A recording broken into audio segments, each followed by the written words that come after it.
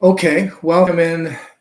We're talking about week one's content in the adventure-based parenting curriculum, and that's the culture of adventure. So it's Greta and I today, and we're going to have a bit of a just conversation about it. And this is, it's the beginning of the course. And so some of you have been very active, others are just getting up to speed, probably doing some reading and figuring things out. And we wanted to walk through the content, walk through questions that we have seen others have in previous courses and cohorts, and just get a sense of, well, maybe answering some questions and kind of orienting you to the course. Thoughts maybe on that, kind of starting this new thing?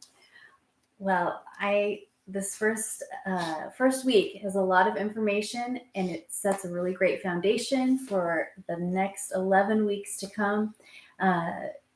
And like I said, let's get started. Go ahead and go on through this, and a lot of fun things to do with your family and explore ideas. And I think most people have found they really start getting to know each other again. A lot of us, as time goes by, everybody starts doing their own things, and you kind of, oh no, wait, we need to get back to us, our core here. And this is a great opportunity to do that. So we are thankful that we get to walk alongside you guys with this. So we're talking about making change, right? So anybody who signed up for the course is in this cohort, is looking at life and saying, yeah, I'd like some things to change, and I'd like some things to grow and maybe even invest more. So change in that sense of, to make something different, make or become different. Mm-hmm. And then we also have to recognize that, if that change involves, so I'm going to pull this straight from the course. Just took notes on what we've written here. If that to change our behavior, what we eat, who we interact with, social groups that we frequent. If it's about changing, some of our customs, some of our kind of getting into our achievements, then we're talking about culture. That's a cultural change. Mm-hmm. And we look at culture in a number of ways, but from the definition, if you've read the course so far in week one, we're looking at, the customs, arts, social institutions, achievements of a particular nation, people, or other social group. Well, that's exactly what we're talking about. So we're looking at making a cultural change. If something's not working and it involves those things, we're talking about having to address a number of things to bring up the supports and the sense of community and connection that will greatly help in you and your family making this shift. So from that definition, what is the culture of adventure? And that's week one. How to get motivated to do something new. Well, I think one way is to get a sense of the great range of things that support that culture, that support that change. And without that, we can really struggle. So maybe a bit on that, your sense of kind of, we'll talk a bit about some of those different areas, but that sense of, not really knowing.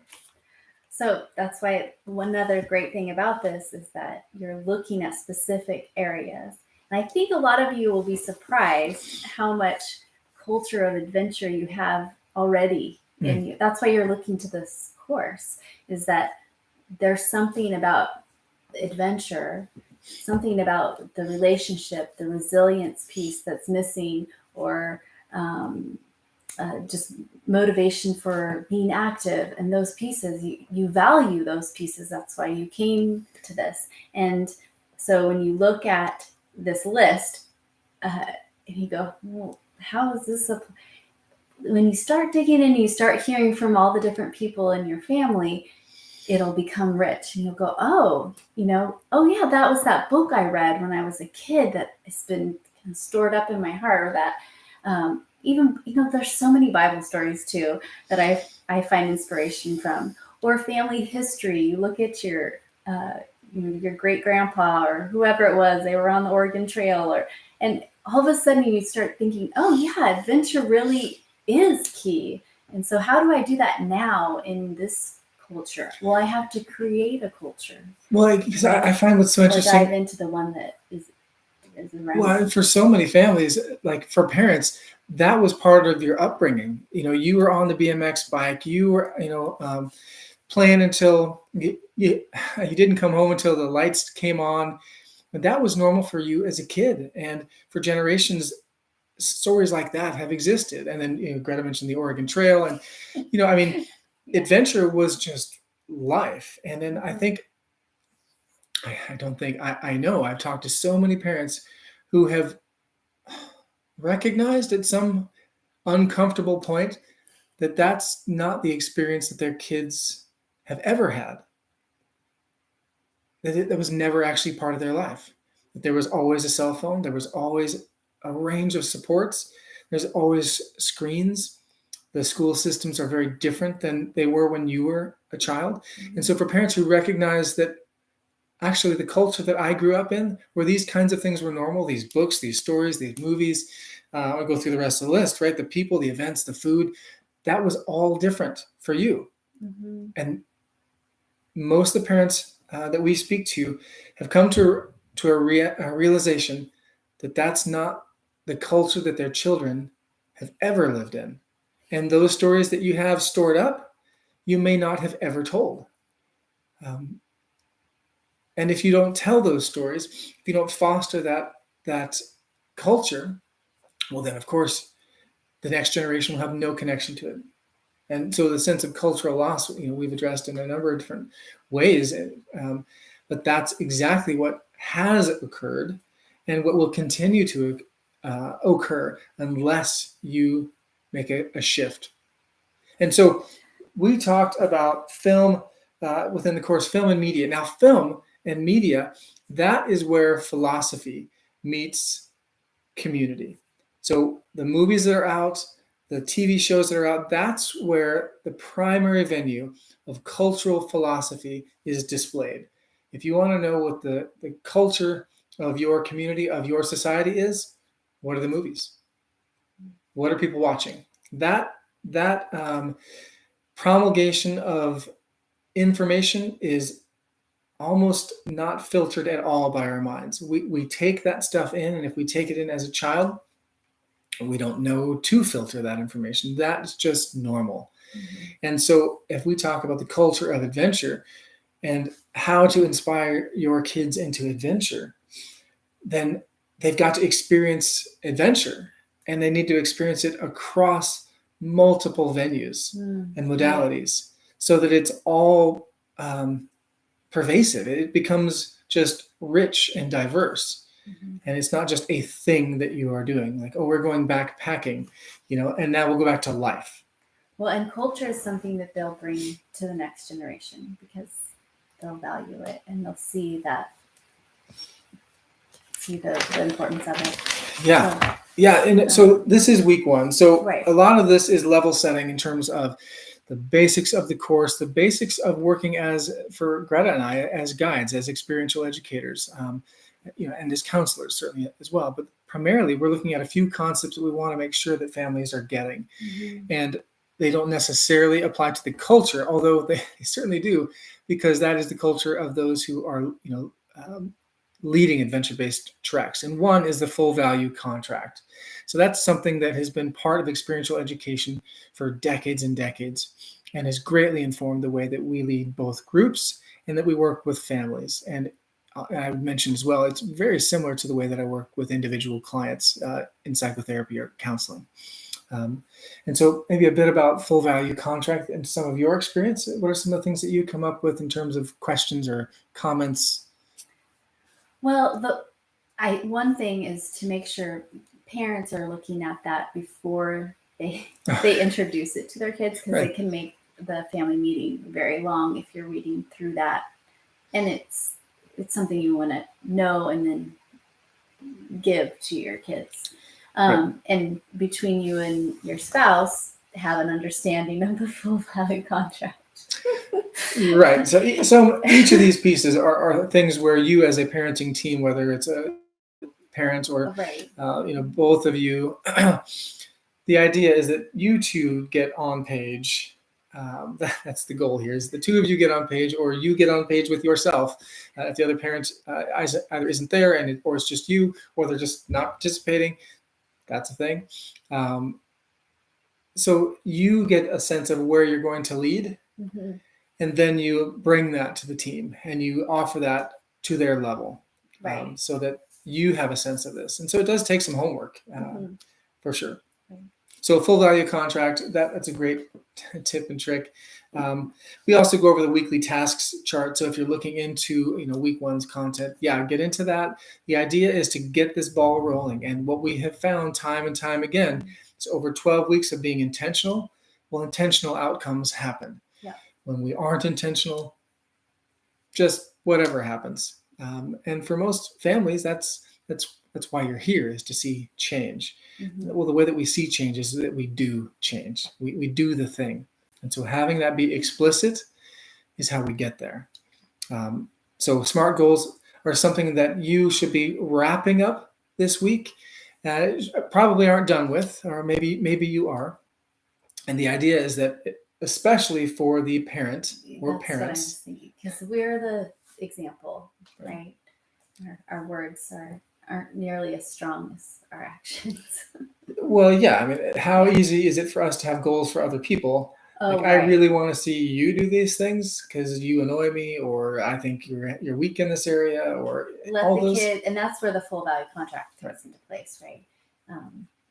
You want the kids to come up with their goal and walk them through that. Yeah, some kids are compliant, and they really want to serve and meet the parents' desire. Right. Others are less so, right? More, and they can be so simple. Yep. So simple. I think, we did this when we were doing this with our kids, very specifically, a plank. Oh, they wanted to do a plank. Right. They wanted to do a plank for a certain amount of time. Yeah. So if in your mind you have these far big goals for your kids, but they're not on board, walk it down to a smaller goal. And so they can see that success and build some confidence and buy into how important goal setting is. Well, that's the word right there. It's buy-in. I mean, getting it started is about buy-in. Yeah. And if they're your goals for other people, then they're not their goals. Yeah. They may be compliant and they may perform to that, but still, it's, and maybe that relationship allows it to be a shared goal. That's great. But the more that a person can own it themselves, the more likely they are to work toward it. And the less you'll need to keep, to nag it. Right. You don't want to be that. And if they don't do it, allow that to happen, and then set another goal and do it again. Absolutely. We'll talk a bit about the kind of the challenges to getting goals forward, to getting, cohesion in the family. So that's definitely a topic, of course, that has to come up, right? Because that exists. So SMART goals. The other piece is that I was going to say is that primarily for you, for the parent, you need to own that. I think, Greta, you mentioned that you need to own that yourself. And if you aren't doing the thing, you can't ask others to do the thing. I'm sure you can, but it's not a place of success. Right. And then if you aren't doing it, to own that. Yeah. And say, okay, well, it looks like I need to make a change in my goal setting and make it something I will actually do. Absolutely. Right. Yeah. And that's such a great example, because there are always times when we don't follow through. So what are we going to do about that? Yeah. I think parents often think that they can hide. We can do as I say, not as I do. That doesn't tend to work particularly well. No. Kids know when you're a hypocrite, and they may resent you for that. And rightfully so. So addressing it and then moving forward is important. Yeah, and sometimes we are hypocrites. So own that, and don't let it define you. And then what then?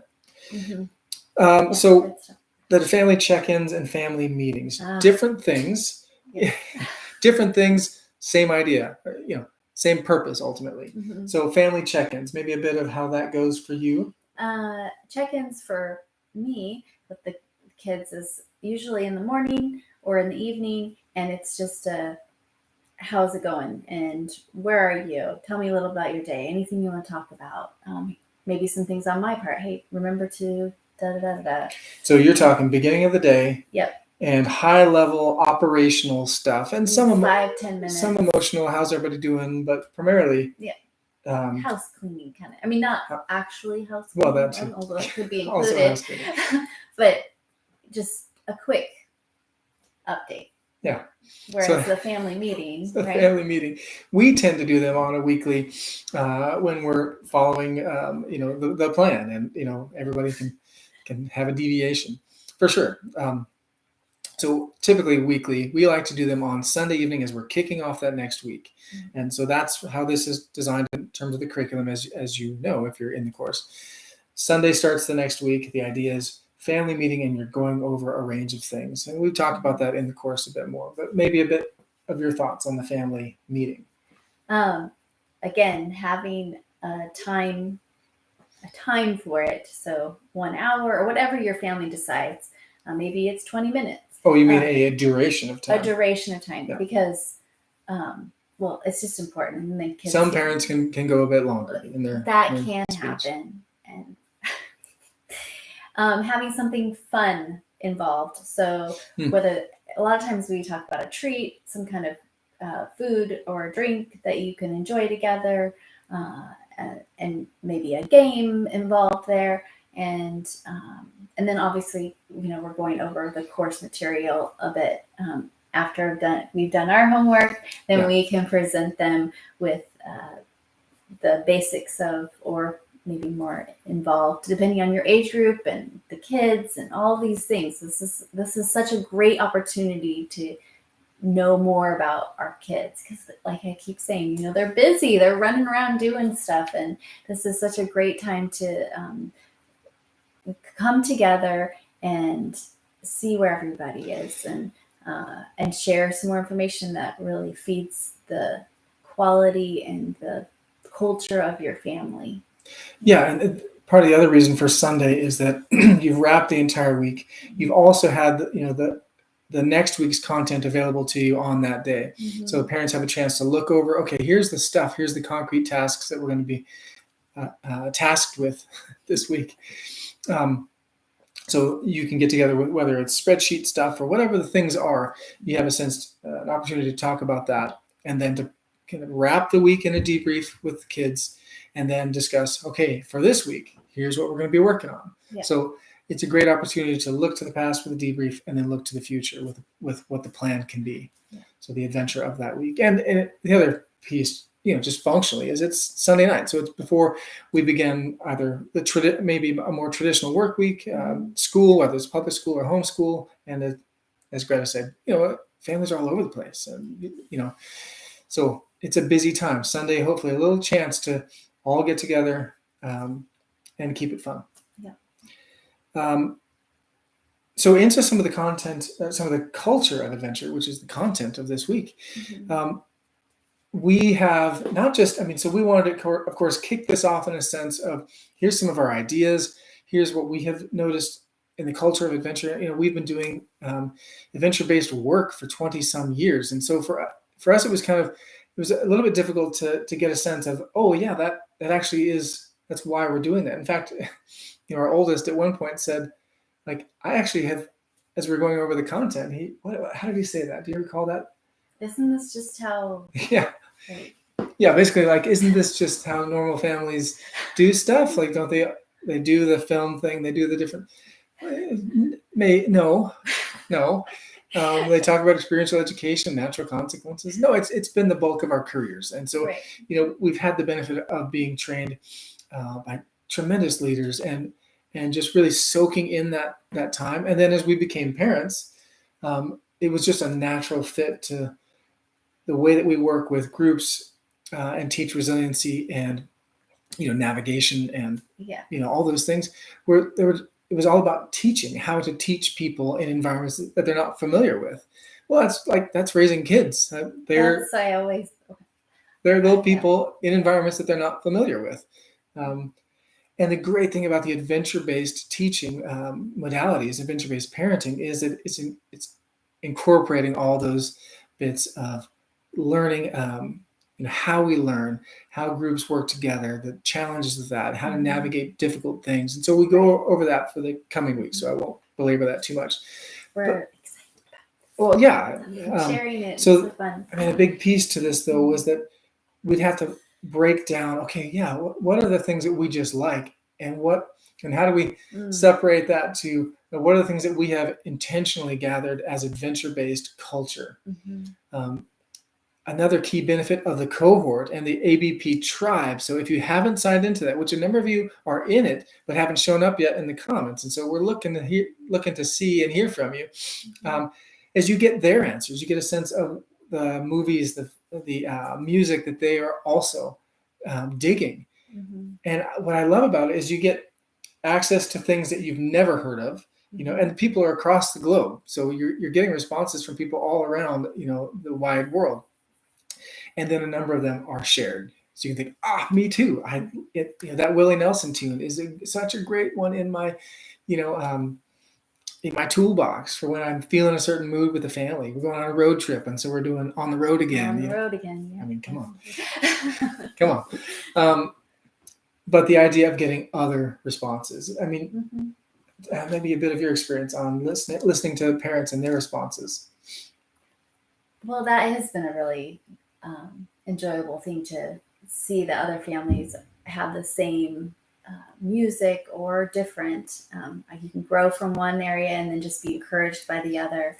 And like I keep going back to the kids part because it's really interesting to hear from them and what motivates them in adventure or makes them curious about it or kind of in awe. There's different pieces there, whether in what music, what the language one was a little bit of a tough one, I think, for some folks.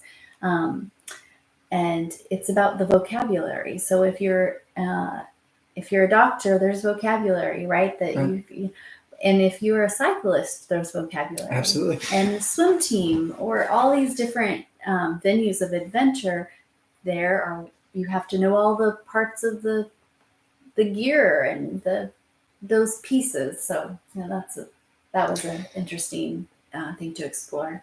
Right. So there's a download available, in the week one's content for that, for some of our ideas, and then in the tribe, tons more examples. We want to hear from you guys. Yeah, absolutely. It expands both, our knowledge, and certainly it also provides a nice connection for when we have. We also are part of that particular sub tribe of the adventure world.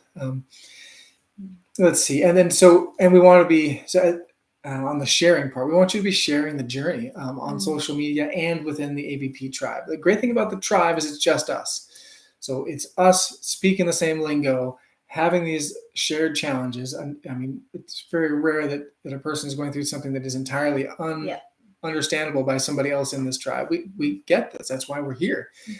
And then sharing it out to social media with we use the hashtags, we ABP, hashtag adventure-based parenting, and then hashtag backcountry professor. And those are all searchable. And that's the great thing about that is that the more people start using that, the more other people see that and think, is this a thing? I don't know if it's a thing, but we'd like it to be a thing. And then they're finding all these families around the world who are doing cool stuff. Yeah. So what's up with that? Well, yeah. What's up with that? So remember, you are called to guide your family along the path that they would go. So be resilient, be motivated, and build relationship.